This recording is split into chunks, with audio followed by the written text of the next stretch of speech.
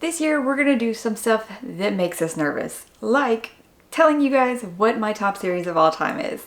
I've wanted to do this for a while, but it's been hard to define which series actually makes the cut there and why they make the cut.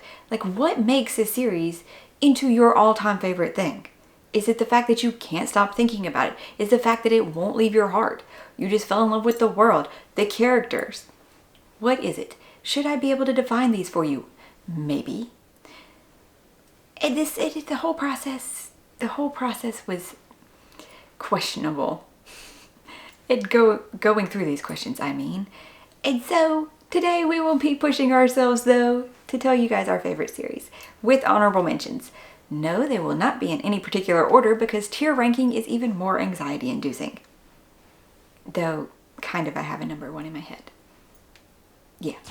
Okay, I said the favorite series ever, but they are in no particular order. So we'll start, I think, with the one that I debated the most whether it should go here or in the honorable mention section. That's going to be Red Rising by Pierce Brown. I loved it. I love the start of it as we are following Darrow in his journey to free his people from enslavement based on their heritage and their color, because this is a color-coded system with the reds on the bottom and the golds on the top. And as they have spread out through the solar system, these class of people are still, they don't really know anything. They think that they are just now terraforming for humanity to be able to leave Earth, while the golds live on top in laps of luxury, and they feel that that's just what they deserve, even though that's just how they happened to be born. But that's how society has shaped it.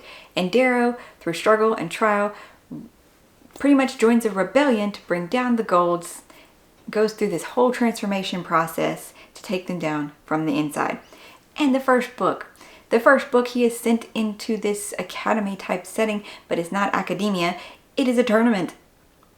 It is a tournament in rough. Oh my gosh. It is. So it's brutal in that regard, and you have to be smart. And then from there, though, we leave that setting entirely, and yet the whole next book and the steps that are taken and the rebellion, and in Morning Star, how we see the effects of the rebellion and how the people are reacting to things. It's been amazing. I haven't read the whole series yet, so that's why I'm teetering on the edge of where exactly to put this one. But I love watching this character grow and change from just angry and then kind of arrogant and, I can do this, of course I can do this, to kind of, that's a spoiler to say that, but just the whole arc of his character and the emotional turmoils of the character that the book takes on you as you're like, oh no, you cannot do that to this character. Not the main character. I mean, him having to go through it's kind of sad too, but like, you can't do that to these characters that we like, because it hurts us as the reader. The newest addition to the favorite series would be one that, I read all of last year. And the last book is coming out at some point this year. That would be the Sun Eater series by Christopher Rocchio, starting with Empire of Silence. I did the reviews for these. I loved this series pretty much from the beginning. A lot of people, it takes more than the first book. It does. But this first book, the aspects that it had, for me, it's got grand scale world building in your sci-fi epic. So it's epic sci-fi. I don't know if space opera is the right term. Maybe. He gets very melodramatic. He does. But we are following Hadrian Marlowe from the time he is a young man through his life as it's being recounted by the older Hadrian, from his life on his home planet as he enters out into the wider universe, into the grand scale of politics and war, as we are at war with an alien race 20,000 years in the future from now, when we've forgotten a lot of human history. So we have lost human history, we have lost civilization histories and archaeological finds and events and hidden things by governments and whatever, and the politicking and the warfare. By book 4, things have gotten really, really dark. Like really dark. Book 4, oh my gosh. Kingdoms of Death made me cry. So good though, in the depth and what we follow this character through as we see him grow into a man. We see him be brash and arrogant, and we see him broken down, which I kind of said about the other one too, and rebuilt and different and cautious and just emotional suffering. Emotional suffering. The things we go through with this character and the things we learn and find out about the universe and the worlds. The next one up is a little hard, mostly because of a recent release. But like I said, these are in no particular order. I'm just grabbing them from the pile stacked on my table. The Stormlight Archive by Brandon Sanderson. This is still going to be my top for the grand scale of the world building. The layers upon layers, the way things circle back together that were mentioned in other times. And how this epic has been building through thousands and thousands of years, and the magic system is amazing, is wonderful. I like our characters, and I have decided that Wind and Truth, when I eventually get to reread it, we'll see how that goes, but because it is technically the middle book in the whole of the Stormlight Archive, that we're just gonna say that one has middle book syndrome. That's why, that's why it was so hard on all of us. Also, some of the decisions, still didn't like them. But in the scope of where we're gonna be going to, maybe there's got to be a reason for it. There's got to be things, and we will get there. We will figure that out. And for now, it's just got middle book syndrome. But the world itself is so in detail and so depth, and it gives us looks at other cultures within this world. It's not just the humans, or it's not just one country of humans. It's different systems, different belief systems. This Spren. I'm gonna miss Pattern. Then we have another sci-fi, the Children of Time trilogy by Adrian Tchaikovsky. Oh my goodness. I love this series, and I thought about the books so much.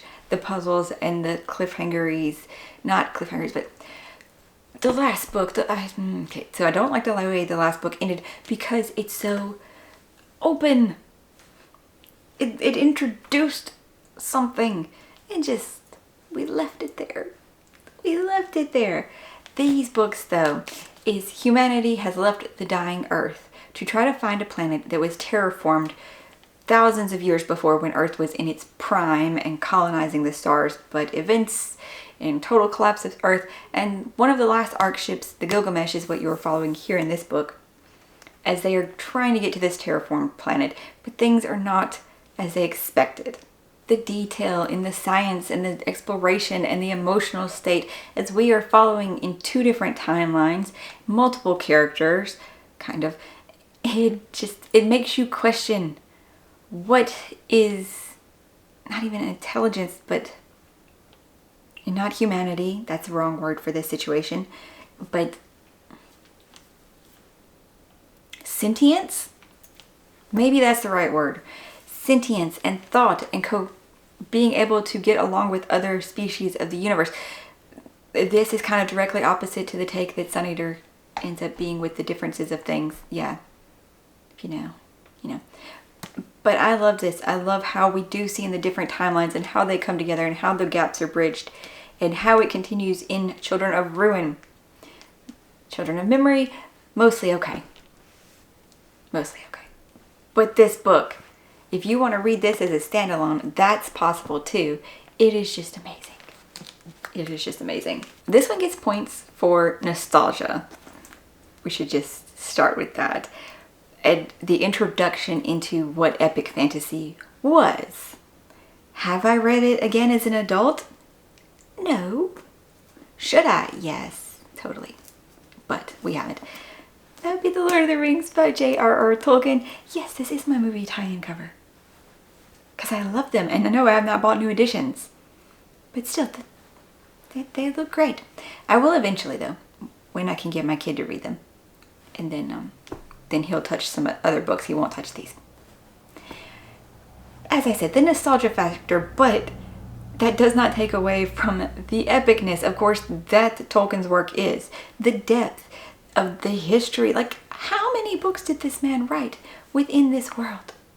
Sure, there's ones that have totally written more at this point. But the detailing, our fellowship, following these characters on their epic quest. So forever this will live in my heart. And I totally want to do a reread now. Can I do it this month? I mean, maybe. This series I only actually own one physical book from because I wanted the covers that I first, like, it first drew me into the audiobooks. It's not that they're superly epic, but I'm just attached to those because this was the first fantasy series that had hit me the same way the Lord of the Rings hit me. That I grew so attached to these characters and going on the journey with them that they went on. That would be The Wheel of Time by Robert Jordan, and this is the only one I have, The Eye of the World, because this was the cover for the audiobook when I first got it. And it was just amazing. And I loved it.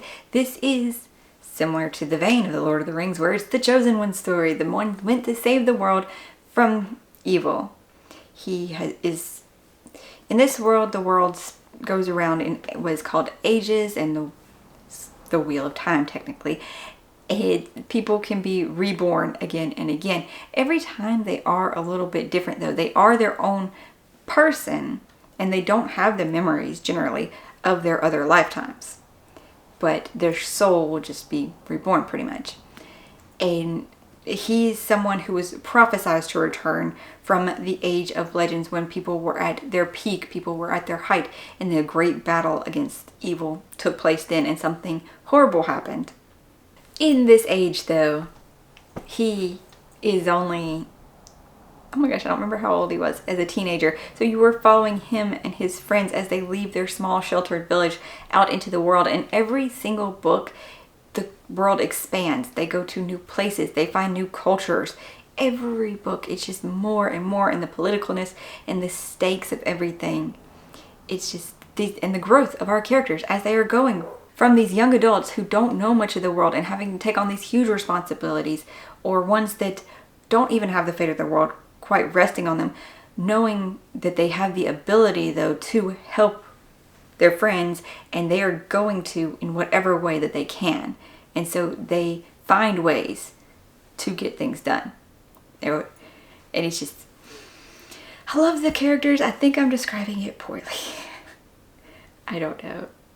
It's so hard to explain why I love this book, because I know some people, they talk about the slog in the middle as it's a very long series. And some people don't like how some of the characters were portrayed or this or that. And the epicness of the world, though, and the magic system and how cool that is, it's just, that's why I love it. We're going to move into the honorable mentions. The first one up is probably going to be some controversies. It's going to be A Song of Ice and Fire by George R.R. Martin. Because while I enjoyed the books so much while I was reading them, I don't think about them that much anymore. Now that we're past, reading the books, Game of Thrones has been over for a while. Yeah. There's House of Dragons show, sure. And I read The History of Fire and Blood, whatever that one was called too. I did. But it's just not, I don't know, it's no longer up there in the likes of the others. I don't think about it often. It doesn't kill me about the characters. I don't have burning questions to see the things answered anymore. I guess I've just moved on past it in a way that some of the other ones, even though I haven't read them for longer, they're still a part of me, and that one is not. My conspiracy theory for this, though, is that he might have actually finished Winds of Winter, and he's just not going to release it in his lifetime. It'll come out when he's dead. Also on the honorable mentions is going to be the Mistborn trilogy. Because while I love Sanderson's, this is my first Sanderson books after, reading Wheel of Time and being so upset with the ending. And I was like, I don't want to read Sanderson books. No, how could he do that? Which, yeah, I know he's just following Jordan's outline. And I think Jordan even, plotted out how he wanted the end to go. So I know. So it took a while for me to forgive Sanderson for the end of Wheel of Time. It did. So then I read Mistborn, which is a heist story, and it's very different. Its take on, the bad guys already won. The evil overlord has been in charge for 1,000 years, and now this group of, not lowlives, but like this group of thieves and stuff is gonna plan to take him down. Not even fully to make the world a better place, like kind of to make the world a better place, but mostly it's for revenge. It's in honorable mentions. It is. Because I like it. I might love it. I guess I love it. That's the thing. When I have to say I guess I love it, I'm no longer even fully sure that I love it. Does it get to go in the top spots? The one that's the most petty reason probably for putting it in the honorable mentions is because when I keep thinking about it, I was like, well, is it on par with those other series? Like with our character growth, with our representations of things, with the world building. Maybe, I don't know. This is a series though that I have read at least 3 times. At least 3 times. Possibly 4. I no longer remember. Because I love this series. And so it's super petty that I'm putting it in honorable mentions because I love this series. That's going to be The Hunger Games by Suzanne Collins. This one is a dystopian YA novel that probably is the reason that I love competition settings in books. Now, I can't think of one from before this.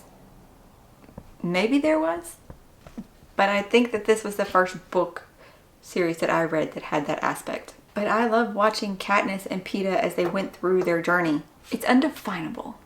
Just the feeling of this book though, I loves it. And so it's gonna have to go here because it has to.